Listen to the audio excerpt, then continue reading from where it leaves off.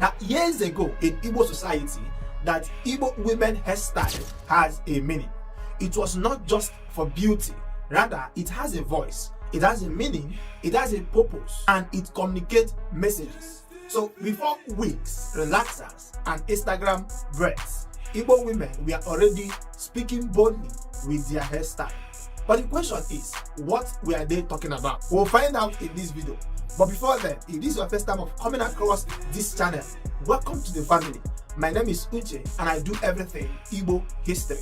So if this is what you like, do well to hit that subscribe button and also like this video now or at the end of this video if you enjoyed it. Meanwhile, for our old subscribers, thank you very much for sticking around. Now, let's dive into the conversation. The first type of Igbo women hairstyle that we had those days is the one that we call Ucho Apple.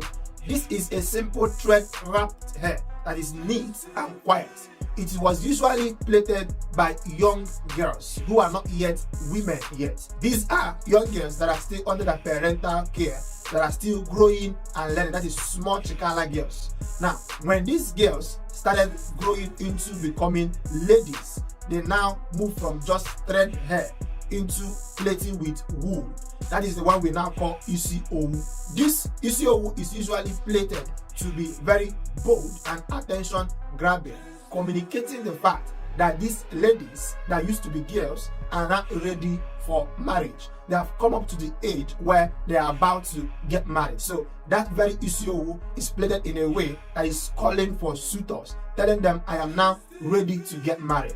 For some of you who are used to plaiting isi owu, that is hair that is being plaited with wools, I hope you know that you are screaming, I need a suitor, I need a suitor. So I want to ask you, have you ever seen maybe any of your aunties who plaited this hair, or maybe you've seen it in a movie? Let me know in the comment section. Meanwhile, when that lady finally finds a suitor, there is another type of hairstyle that she plaits that is called okuku.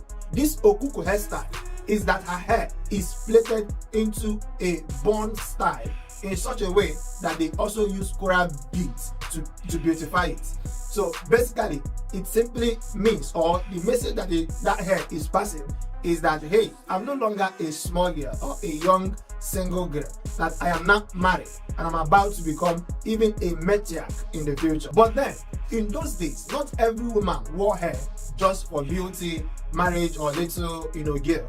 There are also other women that wore hair because of power. For instance, the titled women and the priestess. This set of women wore hair that is called isi ndiche. It is like a crown with a white chalk. When you see those type of hair those days, you don't just look away. You have to pay respect. You have to listen to their wisdom, because out of being that they have come to a certain age, that hair signifies that they had authority. Also, there are other times, maybe during the times of joy, celebration, dance, or happiness. For instance, during moonlight performances or New Yam festivals, there is another type of hairstyle that medians or young medians usually wear. It is called Igbo Aboho. This type of hair is shaped into a palm fruit clusters, full of colors and life. In fact, looking at the hair, you will know that it is shouting, I am young, I am free, and I'm alive. So it does not just whisper, it danced, it laughed. You could see it, sparkling everywhere. Meanwhile, not every hair that you see that signifies joyful. There are other ones that also signify opposite of that. For instance, we have the one that we call isi agoba. This type of hair is usually worn by warriors' wives. So if your husband is a warrior, you have to wear or make isi agoba. And then not only that, it can also signify a woman who is mourning or strength, or a woman who is standing strong by his husband.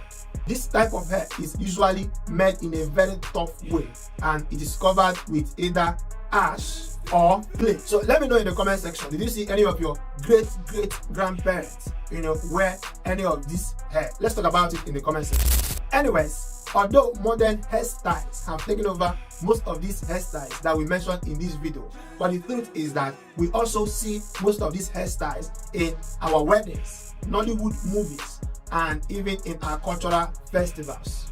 always reminding us of who we are or who we have always been. Because in Igbo land, the type of hairstyles that our women wore was not just for beauty, like I said in the beginning. It tells our stories. It communicates. It's a message. So talk to me. Did you learn anything new today, or it brought back some memories to you?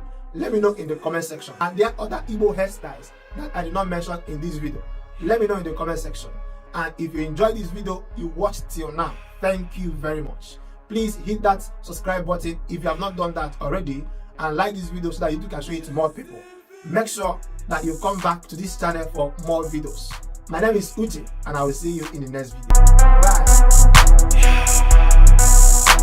Bye.